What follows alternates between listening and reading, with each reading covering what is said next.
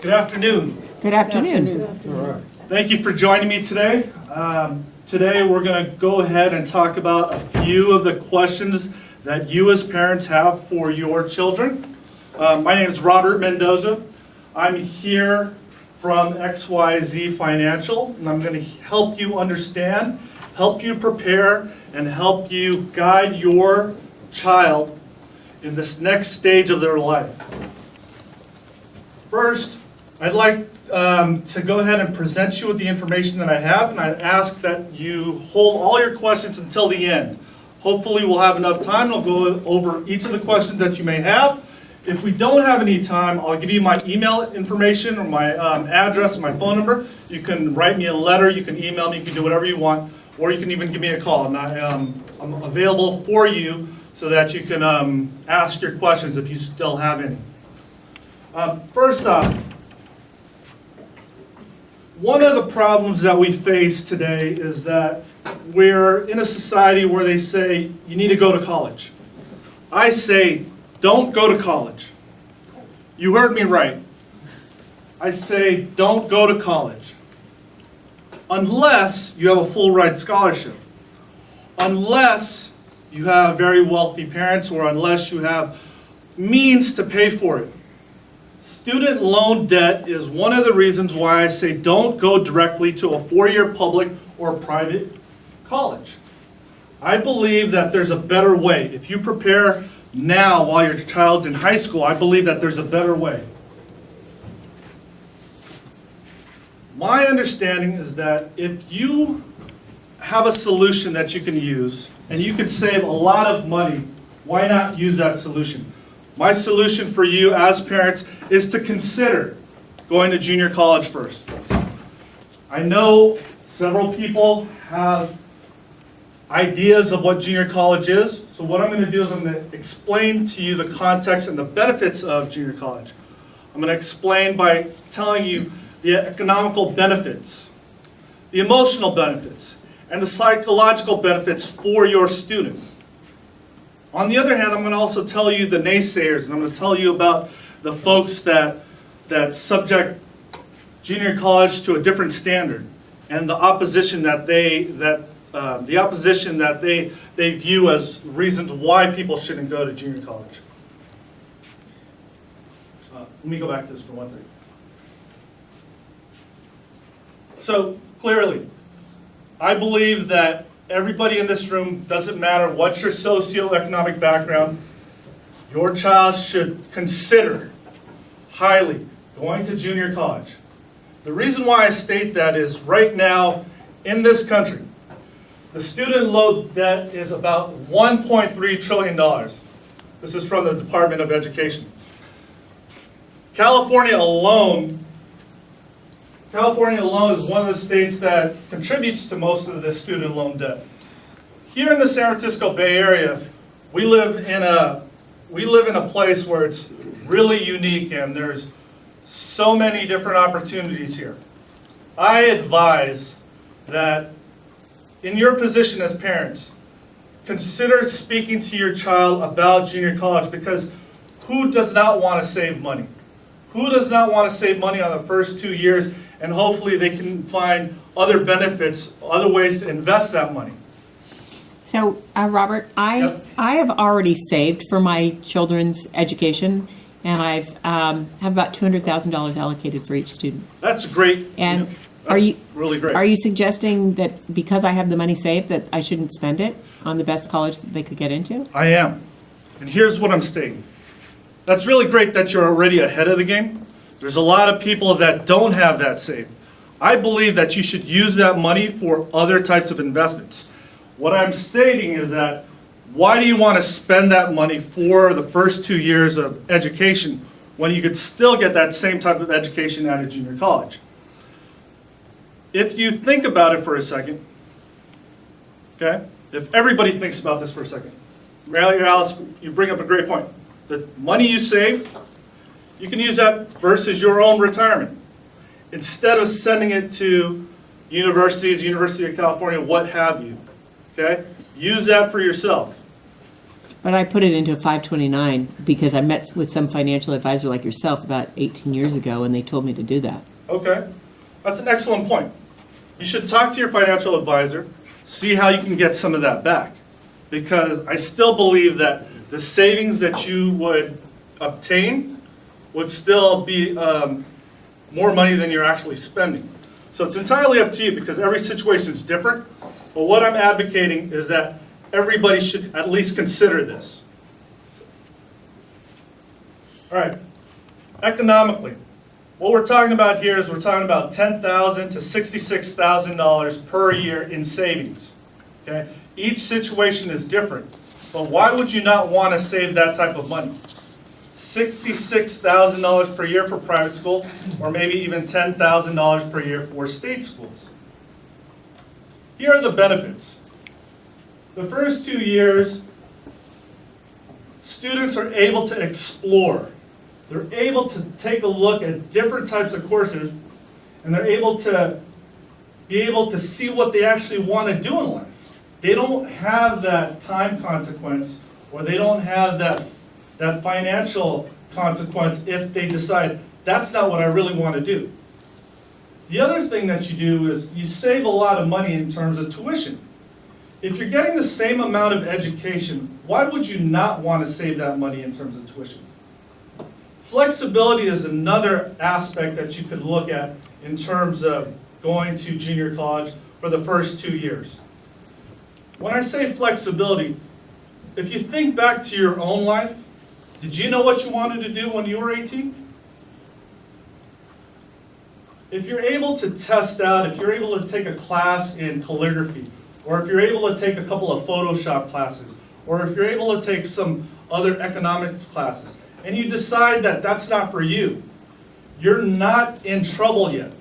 You can still switch and find out what's for you by going to a junior college. I'm going to go back to that for 1 second.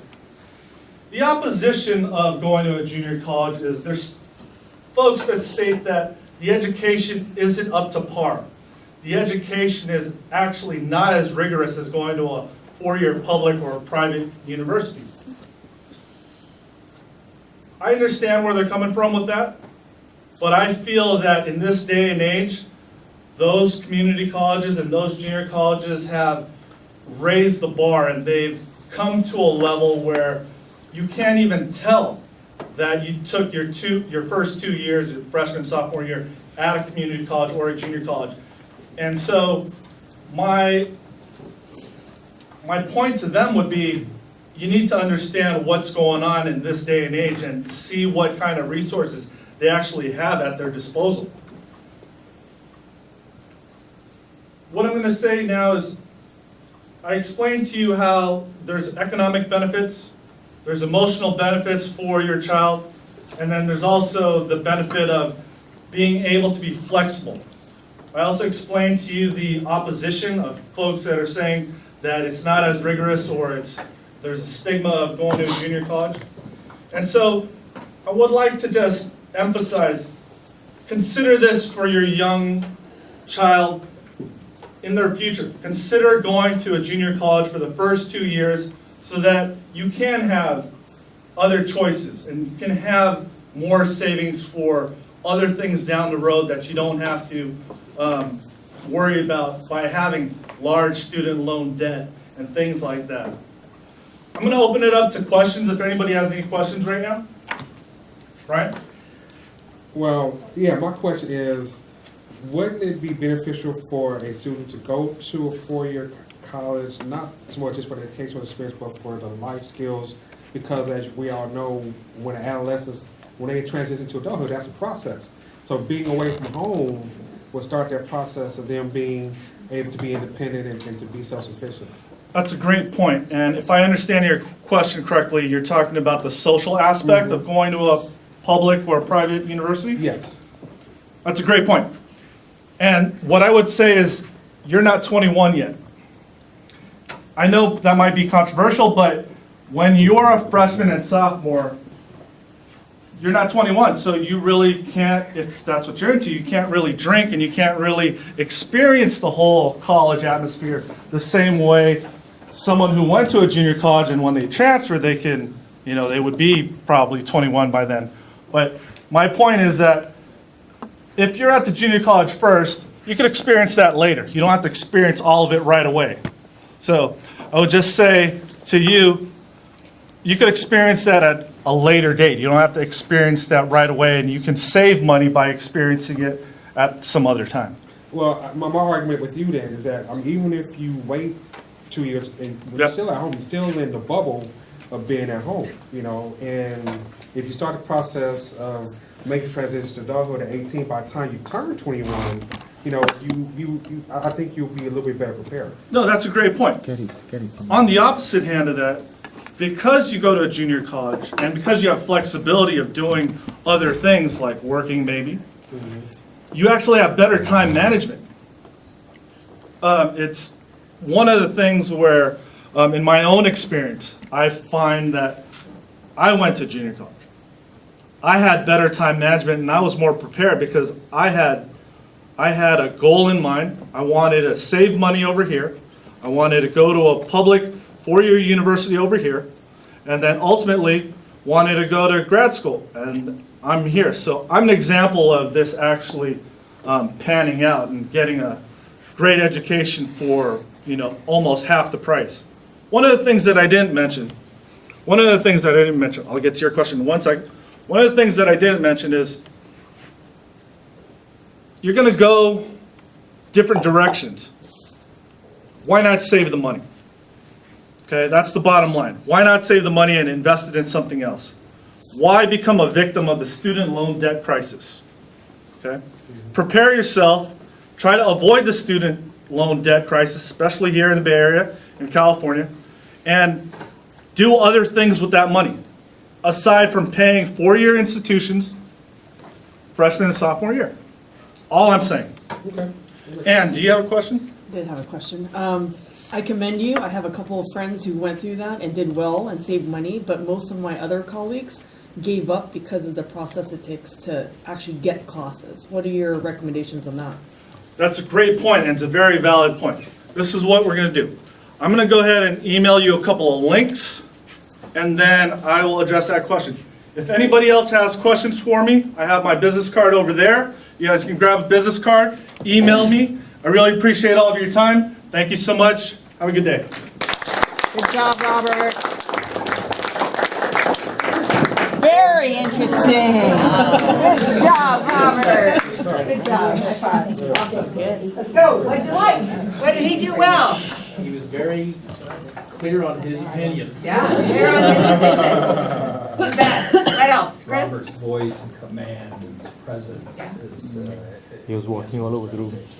Robert has a very clear, loud, strong voice. It adds to his credibility, no question about it. What else, You have a Kevin? personal connection and your experience at the community college system. So you appreciated his personal testimony.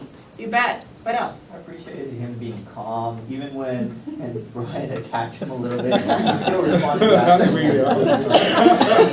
Breathe, Brian, breathe. Good. So that consistency of tone, even when you have a thorn in your side, right? Okay, excellent. What else, Cornell? I like the very first slide, it's very eye-opening. Don't go to college. It's like, oh, okay, what are we Yeah. talking about here today? Okay. So, Yeah. got the attention. Awesome. Thank you. Robbie? He's walking all over the room. It was difficult to capture him on the camera. So. So really outstanding movement. Excellent. Okay, a couple other things from me. I thought you responded to my question early on well. I liked it when you said explore without financial consequences. That's one of your big drivers. Go explore this opportunity without having to reap the financial consequences of this debt. I liked the identification of economic, emotional, and psychological benefits.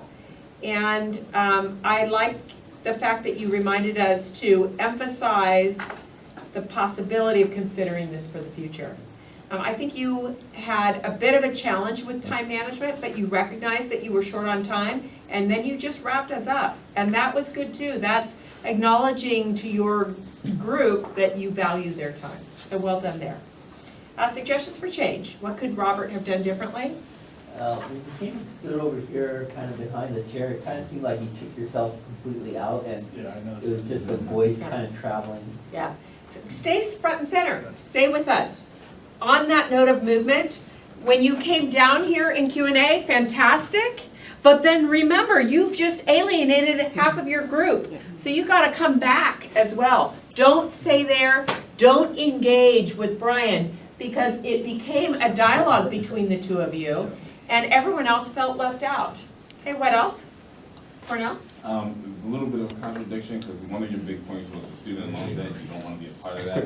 But then, you're also telling people who have the money to pay for the college, to not actually go to college. In my thought, instantly, we're talking student loan debt, like, so poor kids are going to go to community college, and then the elitists are going to continue to be elitists at Yale, and so that's something I thought throughout the Okay, good, thank you. Yeah, on that exact point, I think I would add, if you're going to go with something very controversial as you did, have a nice statistical fact to back it up, that the JC is as good, or at least in the first 2 years, the same as a 4-year. So something to back that up. Good, thank you. So I don't know that I would have titled this presentation, Don't Go to College.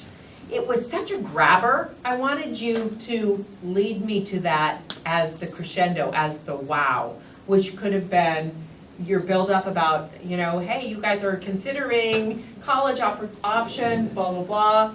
I know that many of you might be concerned about the financing of that. We recognize that that financing is especially important because there is this significant debt. So I'm here today to present a different option. Boom! Don't go to college. You see what I'm saying? So you're leading to that with this real like, oh my gosh, don't go to college. And then we're shocked by it, and then we say, okay, let's look at this as a true option. And you did a nice job with that. Where we're lacking was with this intro. There was no layout of the material, there was no positioning of questions, you just started talking at us. So the organization didn't seem apparent, okay? And then lastly, I want to mention about this term opposition. Entre nous, we use the term opposition, right? Because that's what we've learned in this class. When you're delivering a presentation, and I heard it in Janelle's presentation and now again in yours, you don't say, oh, and then I'll discuss the opposition. You just want to say, you know, we'll talk about the advantage of this, and then, of course, there's potential risks. So we'll also address those risks. But don't come right out and say that opposition. In your presentation, you could say, there are some people that might consider that a JC is not the right option for them. And I can understand why they feel that way. They properly saved, they have a loyalty to a certain alma mater, they're concerned about transfer credits. There's a myriad of reasons why not. I get it. However, okay, so raise, develop, and respond. All right? Overall, great job. Thank you, Robert.